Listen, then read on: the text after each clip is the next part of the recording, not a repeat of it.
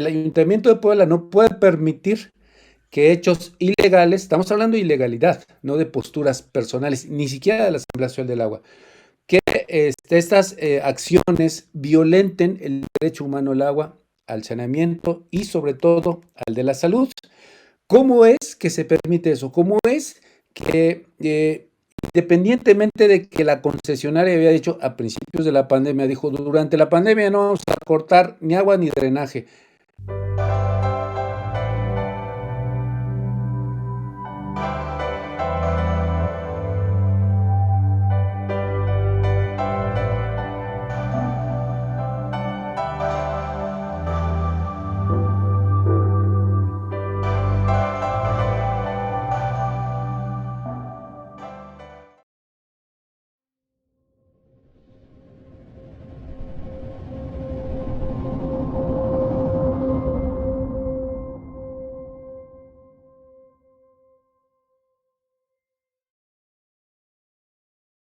Buenas noches, amigos de la Jornada de Oriente. Nos encontramos en una emisión más de Las Reporteras, este espacio dedicado para quienes día a día le llevamos la información a través de nuestro periódico La Jornada de Oriente, a través de nuestras plataformas en Internet, en YouTube, en Facebook y en Twitter. Esta noche tengo el agrado de platicar con José Luis García Bello, integrante de la Asamblea Social del Agua, y con él vamos a tratar un tema pues que ha resultado ser delicado, sin lugar a dudas, por las implicaciones de salud pública que tiene, y es el hecho del corte de drenaje a una universidad, en este caso la Universidad Pedagógica Nacional. Para referencia de nuestro público, esta universidad se encuentra en lo que es la colonia Guadalupe, al sur de la ciudad, por ahí de la 121 Oriente Poniente, atrás precisamente de lo que es el Hospital de Agua Santa. Y bueno, pues esto ha propiciado que pues parte de su drenaje se salga a lo que es la calle. Bueno, sin más preámbulo, yo presento a nuestro invitado que sabe muy bien del tema y que nos va a dar mucha luz sobre el mismo, José Luis García Bello, integrante de la Asamblea Social del Agua. Muchas gracias por aceptar esta invitación. No, a ustedes por permitirnos dar esta visión y esta opinión que tiene muchas aristas. Espero que ser muy claro en esto. Me presento, yo soy abogado y en esos términos voy a desarrollar un poco la ponencia, tanto los hechos en sí, como toda la implicación que esto conlleva. Efraín, voy a hacer un poco de historia. Sí, claro, claro. Adelante. Esta Universidad Pedagógica Nacional sufre en 2018 el primer atentado, el primer corte de drenaje, por supuesto que agua y de drenaje. Y contactan con nosotros, la Asamblea Social del Agua, y hacemos una rueda de prensa exclusivamente para esos efectos. Sí. Esto fue ya en 2019, los primeros enero, febrero de 2019. Y precisamente la rueda de prensa fue a las 10 de la mañana. Bueno, a las 11 se estaba presentando una cuadrilla para componer el destrozo que habían hecho y decir públicamente que había sido una falla de técnica, que se había taponado el drenaje, cosa que ellos habían hecho. Bueno, desde ahí, en ese momento, bueno, dejaron en paz a la Universidad Popular sí, Pedagógica Nacional, quiero decir. Entonces, pues los directivos que habían acudido con nosotros, pues quedaron muy satisfechos. Para esto quiero decir que ellos ya llevaban bastante tiempo, casi un año, de estar tocando puertas. Fíjense nada más qué gravedad les voy a decir, Efraín, de la Secretaría de Salubridad. Acabas de decir precisamente que está a espaldas un hospital, junto está un bachillerato, no recuerdo es un COBAEP, creo que El está, Cebetis, ¿no? Así es. es un Cebetis. Las imágenes que nos entregan están ahí nos entregaron un expediente bastante completo la Universidad Pedagógica Nacional con las fotografías de los derrames, evidentemente.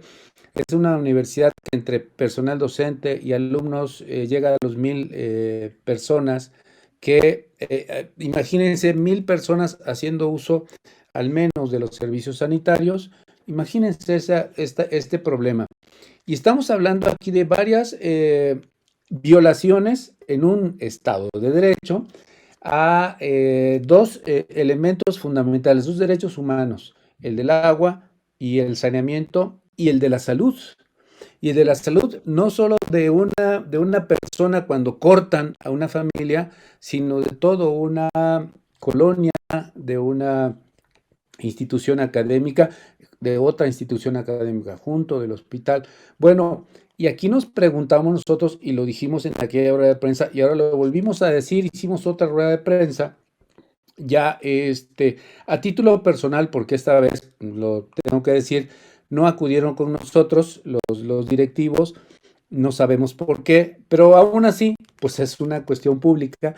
Nosotros hicimos en una rueda de prensa, denunciamos este hecho, nuevamente arbitrario y violatorio de todo.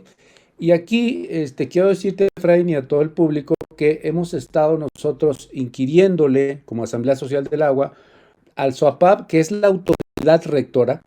Recordar, o para el público les quiero recordar que SOAPAP es la autoridad rectora y la empresa Concesiones Integrales SADCB, que se hace llamar Agua de Puebla para Todos, es la concesionaria, pero no es autónoma. Es decir, todos los actos que hace es de una empresa privada que está sujeta a una rectoría del Estado personalizada por dos entes, fundamentalmente, SOAPAP y el Ayuntamiento de Puebla. El Ayuntamiento de Puebla no puede permitir que hechos ilegales, estamos hablando de ilegalidad, no de posturas personales, ni siquiera de la Asamblea Social del Agua, que estas acciones violenten el derecho humano al agua, al saneamiento y sobre todo al de la salud. ¿Cómo es que se permite eso? ¿Cómo es que independientemente de que la concesionaria había dicho a principios de la pandemia, dijo, durante la pandemia no vamos a cortar ni agua ni drenaje? Bueno, ahí están. Y si no, le hemos preguntado a SOAPAP, oye SOAPAP, ¿cómo ejerce esta rectoría? ¿Cómo es que hay un proceso jurisdiccional? Quiere decir que él tiene que autorizar que una empresa particular corte el agua y el drenaje. Y yo les pongo el ejemplo para que nos entienda nuestro auditorio, que cuando si yo le tengo una deuda con el banco no llega y me quita mi casa. Hace un juicio, hay toda una situación jurisdiccional hasta que un juez determina que mi casa ya no es mía, es del banco, está bien. Aquí igual, ¿cómo permitimos? Y cuando digo permitimos, estoy diciendo de autoridades, SOAPAP, gobierno del Estado, los mismos diputados de la 61ª legislatura poblana del ayuntamiento, cómo todos estos entes no intervienen para evitar este ilícito, porque es un ilícito, hay que decirlo, Claro. todo lo que va contra la ley es un ilícito. El derecho humano al agua está tutelado por el Pacto Internacional de los Derechos Económicos, Sociales y Culturales, firmado, signado por México. Está comprometido con eso. ¿Cómo es? Y quiero decirte, Frank, que cuando nosotros acudimos a demandar en amparo estas acciones, el juez lo que hace el juez es decir, esta ley es inconstitucional.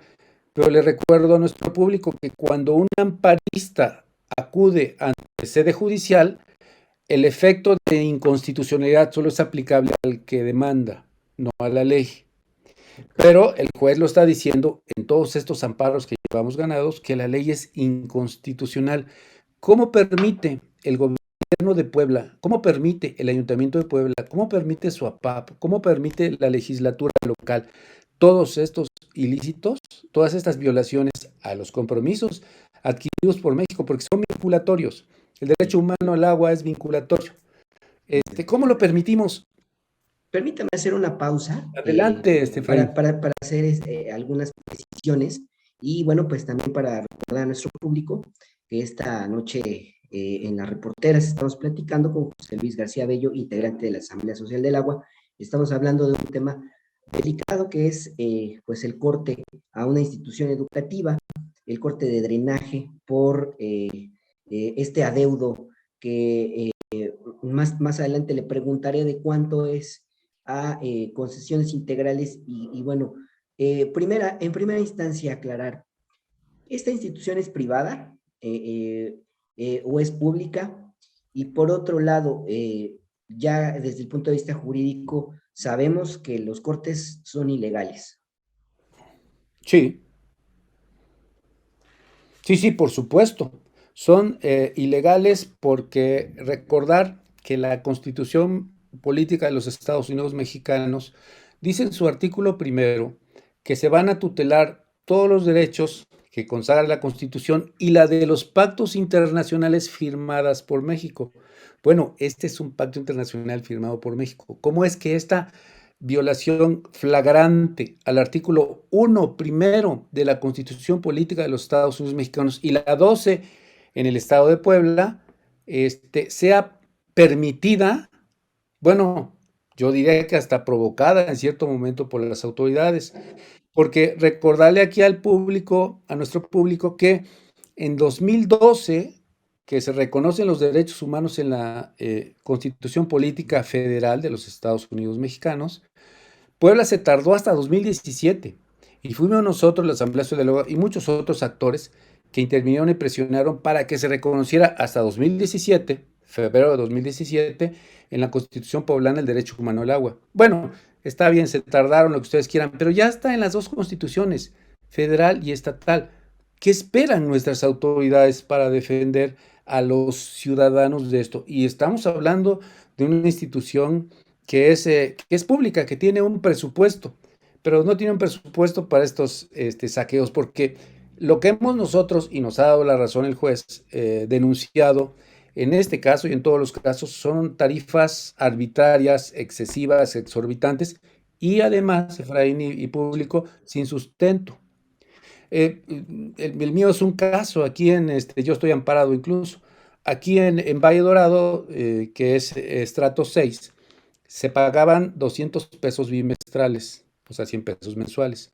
Hoy la cuota, y está en el portal de la compañía, son casi 700 pesos, de 100 a 700 pesos. Si ustedes hacen el cálculo, pues es más del 600% el aumento. Bueno, yo con mi amparo le dije al juez, oye, pregúntale a la compañía que te diga por qué y de dónde sale este aumento irracional. Obviamente la compañía no lo pudo justificar, por lo tanto, pues el juez me dio la razón a mí. Pero en el caso de estos, no hemos podido hablar, porque, Efraín, este tema del agua, yo creo que ustedes lo conocen, ha estado muy, muy mordisqueado, muy manoseado.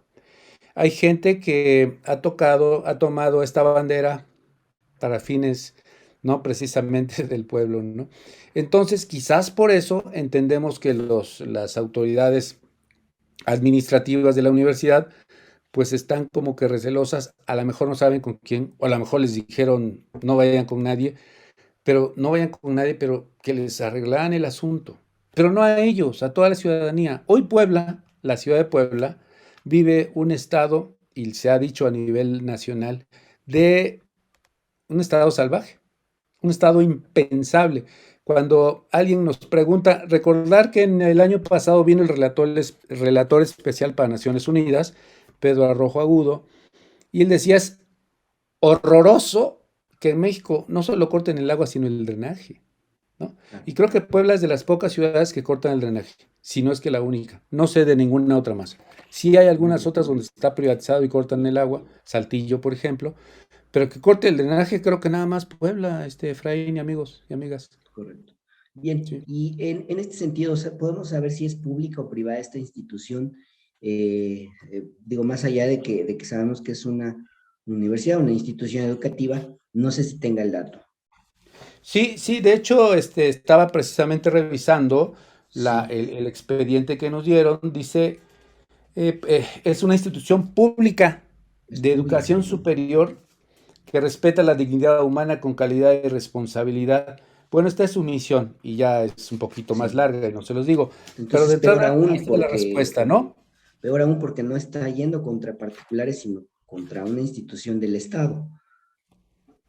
Imagínate, si una Claro, institución del Estado pública está en este estado de indefensión y de agresión y de violación de dos derechos fundamentales al menos, pues ¿qué se espera al pueblo?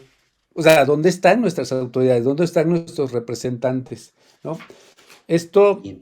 recordar que en septiembre del 2020, el propio el licenciado Andrés Manuel López Obrador mencionó que esto no debía pasar en Puebla. Y creo que nuestros representantes se voltearon para otro lado, ¿no? Bueno, quiero decirte que nosotros, la Asamblea Social del Agua, trabajó en un ejercicio para elaborar un dictamen conjunto que elaboró en ese tiempo la administración de la presidenta Rivera, Claudia Rivera, elaboró un dictamen de 4 áreas: financiera, jurídica, social y la tercera no me acuerdo, operativa.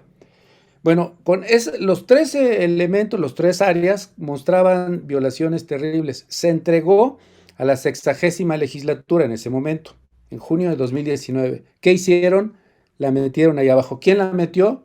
Bueno, pues sabemos los nombres de quienes la metieron, ¿no? Uno está de secretario de gobierno, de trabajo, y bueno, y la otra, pues Nora Merino Escamilla, por ahí anda también, ¿no?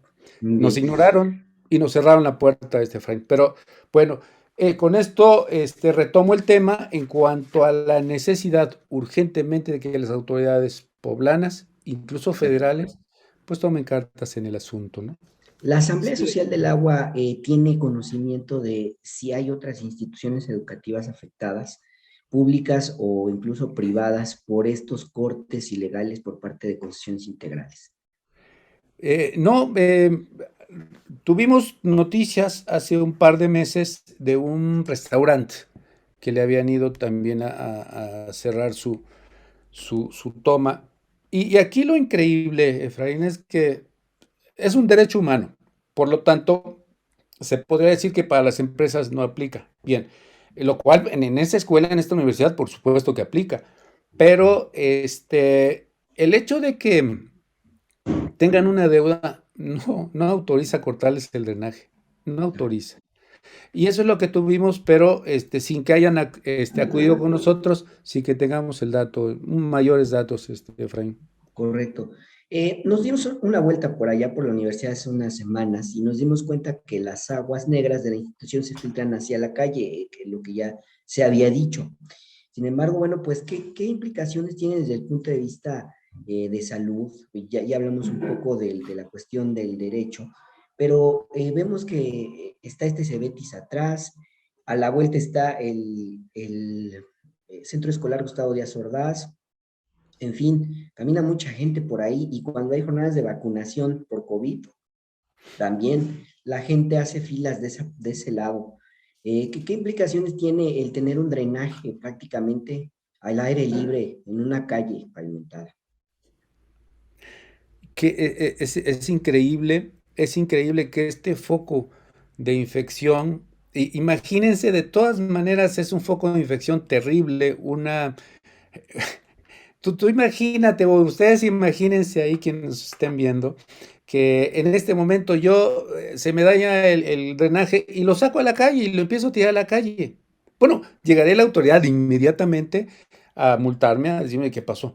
¿Y aquí qué pasa? Y ya son descargas de toda una población estudiantil y docente. No es de una sola casa. Si una sola casa es terrible y es denunciable, pues una institución de este tamaño, ¿por qué no ha habido nada? Y pues seguramente todas las enfermedades que ello causa, pues se van a cubrir o a encubrir. Fue por Claro. otra cosa, O ¿no? sea, es eso, puede provocar enfermedades. Pero por supuesto, o sea, imagínate que todas estas microbios, todas estas virus, toda esta contaminación que debía ir encubierta, protegida por un tubo de concreto, pues está ahí al aire libre. Y recordar, porque también tenemos el gran problema de la Toyac, que las emanaciones también son tóxicas, incluso neurotóxicas, incluso pueden ocasionar más problemas que si hubiese el contacto directo, ¿no? Y eso está reportado ya en el Atoyac y por supuesto que aquí es la misma situación, ¿no? Muy Sí, bien. Y ahora preguntarle, hace rato mencionaba ya que el ayuntamiento tendría que intervenir.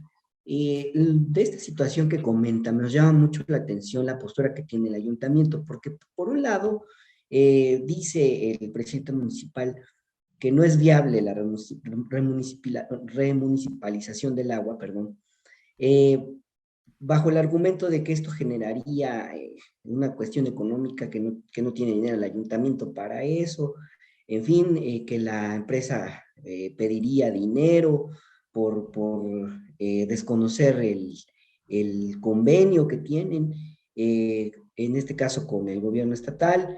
Sin embargo, y también la postura que vemos de la autoridad municipal es que tiene una vinculación directa con la empresa, hacen cosas juntos y no vemos que sea un sensor o, digamos, un regulador de la empresa, sino más bien que van de la mano. ¿Qué opina de todo esto la Asamblea Social del Agua? Bueno, mira, precisamente estamos nosotros, y obviamente ahorita pues es Semana Santa, pero ya estamos preparando una reunión con el ayuntamiento, con el Congreso y con su APAP, ¿no? O al menos nosotros vamos a promoverla. ¿En qué términos? En términos de lo que dice la ley, no lo que decimos nosotros, no lo que los revoltosos de la Asamblea Legislativa, ¿qué dice la ley y qué tendrías que hacer tu gobierno para proteger esto? Ahora, en la parte, la comisión jurídica de que se trabajó para el dictamen que te comentaba que se entregó al Congreso, hablaba precisamente de que, y es muy fácil de entender para todas y todos los que nos vean y nos escuchen, que cuando tú haces un contrato, si tú no lo cumples, pues hay algunas consecuencias. Bueno, ¿a qué obligó el regalo que le dieron a concesiones integrales? A varias cosas. Uno, inversiones. No ha hecho ninguna inversión. Siguen cerca de 300 colonias sin agua en Puebla. Los tandeos se extendieron. Quiere decir que no ha invertido nada. Mira, fue de risa, Efraín, cuando estuvimos ahí en la presencia que hizo.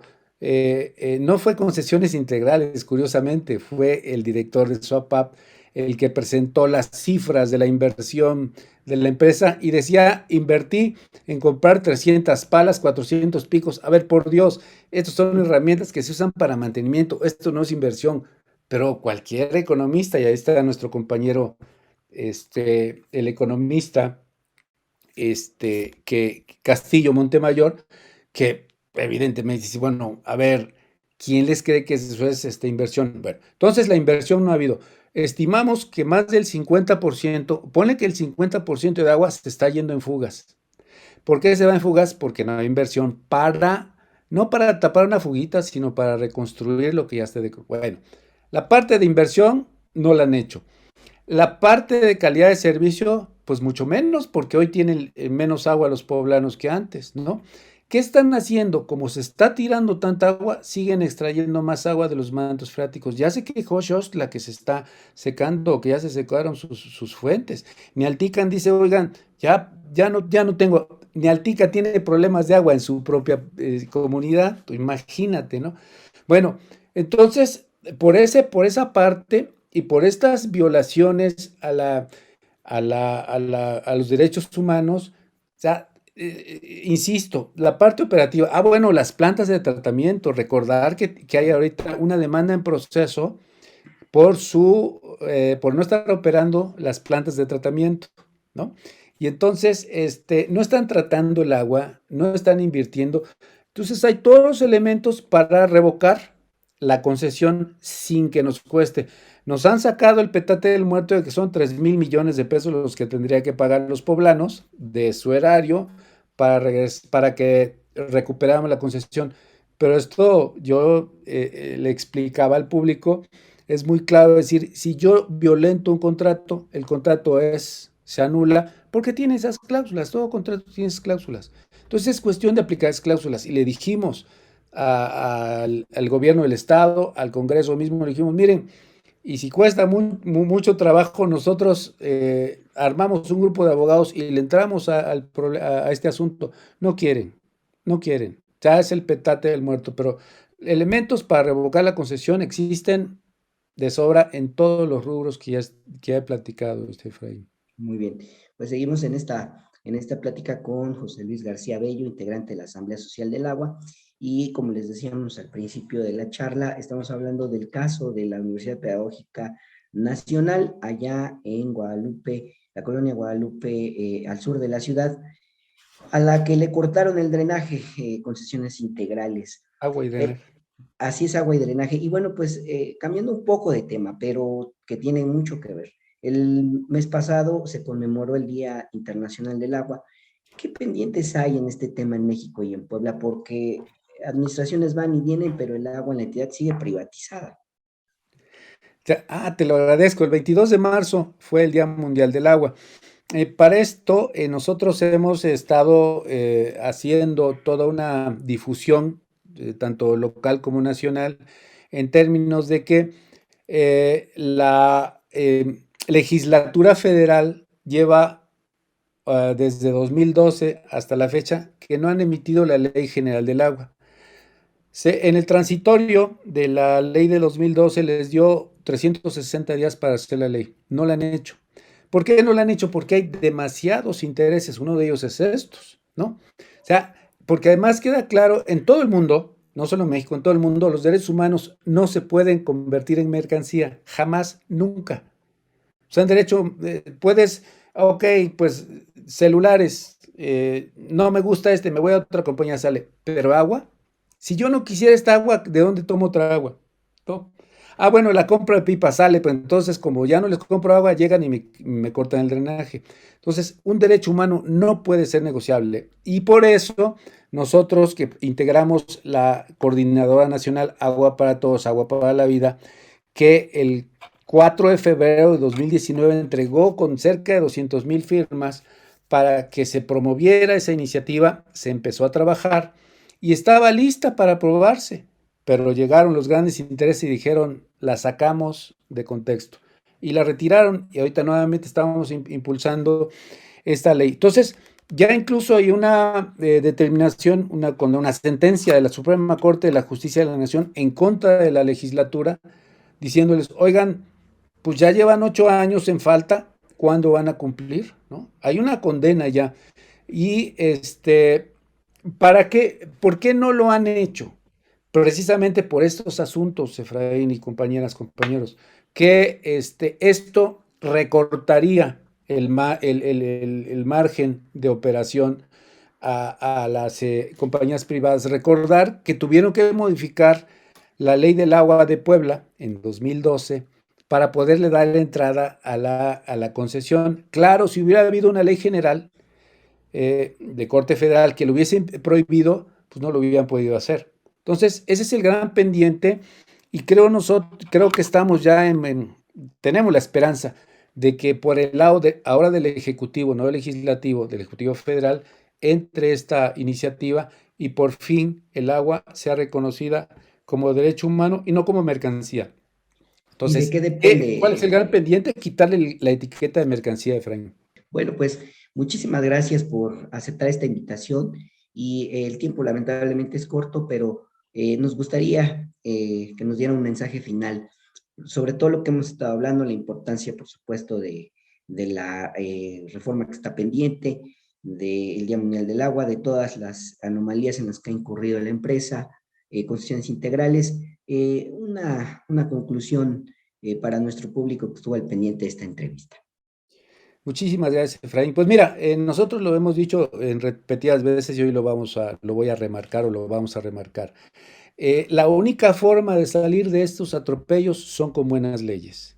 Luego entonces, ayúdennos, así como estamos ahorita empujando para recuperar nuestros recursos, nuestra soberanía energética, ayúdennos a empujar, a impulsar, a presionar a sus diputados, a sus senadores, a sus representantes, para que se impulse o se apruebe una ley general del agua que defienda los derechos humanos. Y en Puebla, que nos ayuden también a presionar a SOAPAP, al ayuntamiento y al Congreso y al mismo gobierno estatal para que terminen con esto, al menos, porque hay muchas competencias, Efraín.